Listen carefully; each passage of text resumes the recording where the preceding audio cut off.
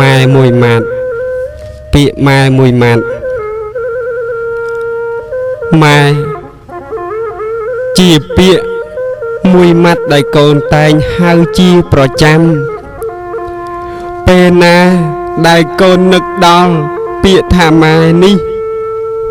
កូនតែងតែនឹកដល់រាល់អំពើល្អទាំងឡាយផ្សេងដែលម៉ែធ្លាប់ធ្វើមកលើកូនប្រុសស្រីម៉ែដាក់ទានឲ្យកូនជានិច្ចរាល់ថ្ងៃម៉ែព្រមទទួលការលំបាកគ្រប់យ៉ាងជំនួសកូនម៉ែចាំបំរើកូនជានិច្ចតាំងពីកូនកើតមកម៉ែបំបើកដោះកូន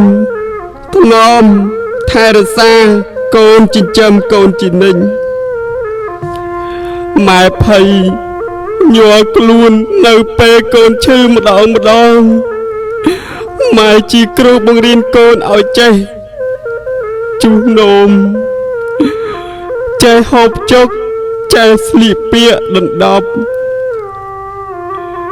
បង្រៀនកូនឲ្យចេះអង្គុយចេះឈរចេះដើរចេះនិយាយសពបែបប្រការម៉ែជាគ្រូបង្វឹកគ្រប់យ៉ាងតាំងពីកូនកើតមកម៉ែទិញរបស់ឲ្យកូនលេង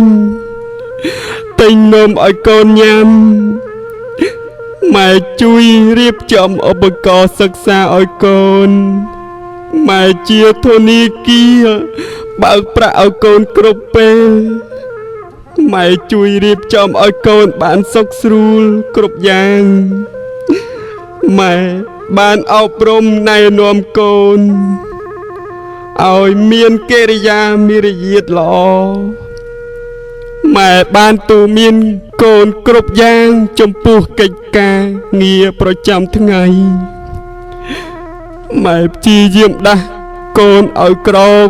ឡើងរៀនរាល់ព្រឹកម៉ែប្រាប់ឲ្យកូនងូតទឹកដោះក្អែលឲ្យកូនម៉ែសិតសក់ឲ្យកូនតែងខ្លួនឲ្យកូនម៉ែដឹកនាំកូនឲ្យចេះសុភាពរៀបសារម៉ែដាស់តឿន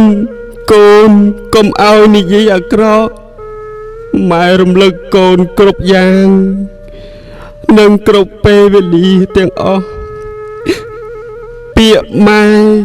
ជាពាក្យមួយម៉ាត់ដ៏ខ្លីប៉ុន្តែមានអត្ថន័យទូលំទូលាយធំធេងណាស់និងសំខាន់ខ្លាំងណាស់សម្រាប់រូបកូនប្រុសស្រីជាពាក្យដែលពីរោះរំដំសើមជ្រួចជ្រាបចូលពេញក្នុងដួងហឫទ័យចិត្តរបស់កូនគ្រប់គ្នាព្រោះម៉ែជាអ្នកមានព្រះគុណដ៏យ៉ាងធំក្រៃលែងគឺជាអ្នកឲ្យនៅជីវិតឲ្យសេចក្តីស្រឡាញ់ឲ្យទ្រព្យសម្បត្តិឲ្យបានការទទួល